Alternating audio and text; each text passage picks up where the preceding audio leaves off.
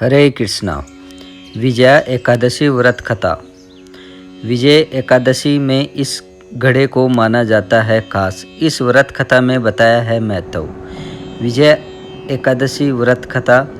इस साल विजय एकादशी 6 मार्च को मनाई जाएगी, यानी कि बुधवार के दिन मनाई जाएगी। विजया एकादशी पर इस साल ग्रहों को अद्भुत संयोग बन रहा है। इस साल विजय एकादशी पर बुध का राशि परिवर्तन हो रहा है, इसके बाद शुक्र का। इस साल विजया एकादशी 6 मार्च को मनाई जाएगी। विजया एकादशी पर इस साल ग्रहों को अद्भुत संयोग बन रहा है। इस साल विजय एकादशी पर बुध का राशि परिवर्तन हो रहा है, इसके बाद शुक्र का राशि परिवर्तन इसके अगले दिन महाशिवरात्रि से पहले हो रहा है। कहा जाता है कि इस व्रत को करने से पहले सोने, चांदी, तांबे या मिट्टी का एक घड़ा बनाया जाता है। उस घड़े में जल भरकर उसमें 5 पल्लव रखना चाहिए।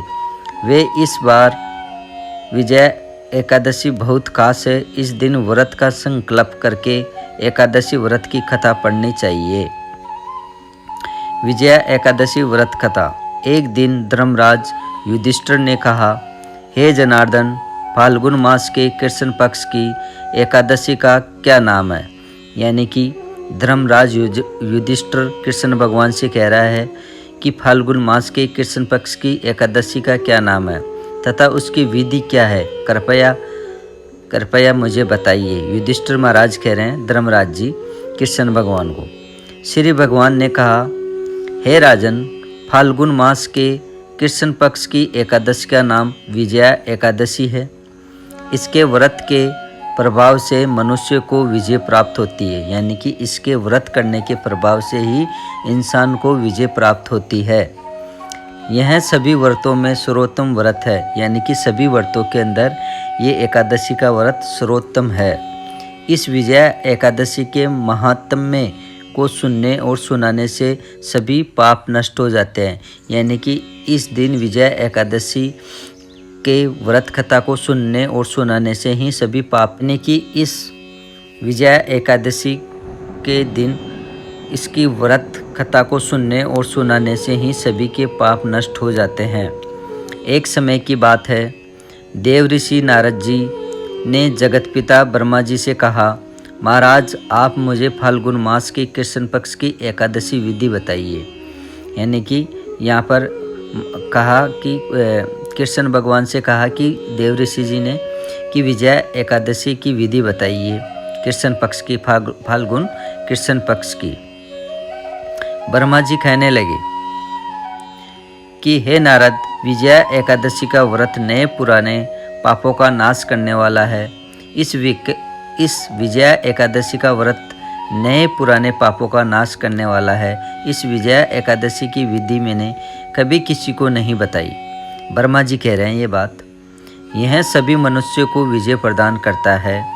त्रेता युग में जब मर्यादा पुरुषोत्तम श्री रामचंद्र जी को 14 वर्ष का वनवास हुआ, यानी कि ब्रह्मा जी कह रहे हैं कि त्रेता युग के अंदर पुरुषोत्तम श्री राम जी को 14 वर्ष का वनवास हुआ, तब वे श्री लक्ष्मण तथा सीता जी सहित पंचवटी में निवास करने लगे। तब से वह लक्ष्मण जी तथा सीता जी सहित पंचवटी में निवास करने लगे। उधर जब दुष्ट रावण ने सीता जी का हरण कर लिया तो इस समाचार से श्री रामचंद्र जी और लक्ष्मण अत्यंत व्याकुल हो गए और सीता जी की खोज में निकल पड़े।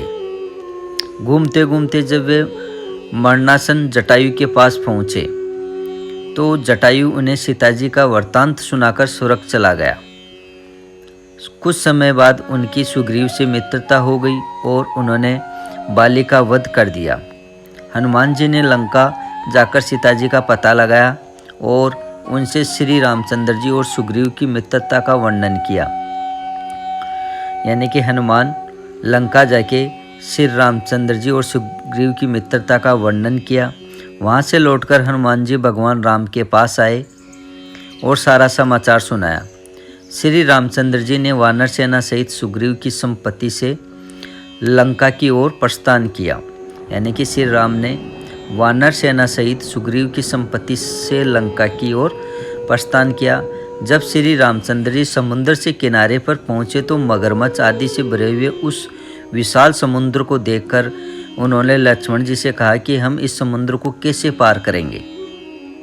श्री राम जी ने कहा कि इस समुद्र को हम कैसे पार करेंगे। श्री लक्ष्मण ने कहा, हे पुराण पुरुषोत्तम, आप आदि पुरुष हैं, आप सब कुछ जानते हैं। यहाँ से आधा योजन दूर कुमारी द्वीप में वक्दालभ्य नामक ऋषि रहते हैं। उन्होंने बहुत से ब्रह्मा देखे हैं। तुम उनके पास जाओ और उनका समाधान पूछो।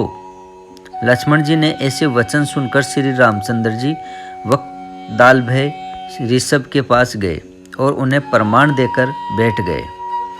ऋषि ने भी उन्हें मानव रूप में पुरुषोत्तम मानकर उनसे पूछा, हे राम कैसे आया।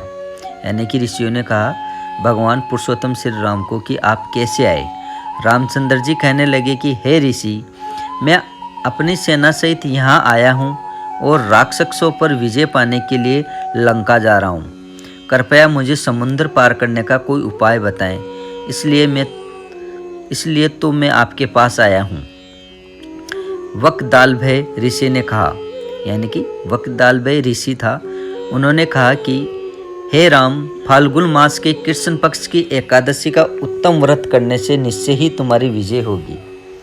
कि उन ऋषि जी ने कहा कि फाल्गुन मास की कृष्ण पक्ष की एकादशी का उत्तम व्रत करने से निश्चय ही तुम्हारी विजय होगी, साथ ही तुम समुद्र को भी अवश्य पार कर जाओगे।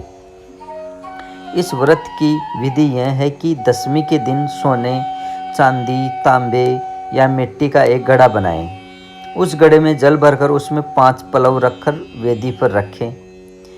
उस घड़े के नीचे सतनजा रखें और ऊपर जो रखें उस पर भगवान श्री नारायण की स्वर्णमयी मूर्ति स्थापित करें।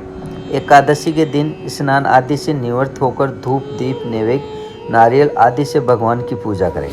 यानी कि एकादशी के दिन उन ऋषि जी ने कहा कि स्नान आदि से निवृत्त होकर धूप, दीप, नैवेद्य, नारियल आदि से भगवान की पूजा करें और इसके बाद दिन घड़े के सामने रखकर बैठकर भगवान का ध्यान करें और रात्रि को भी इसी प्रकार बैठकर जागरण करें, यानी कि सत्संग करें भगवान का।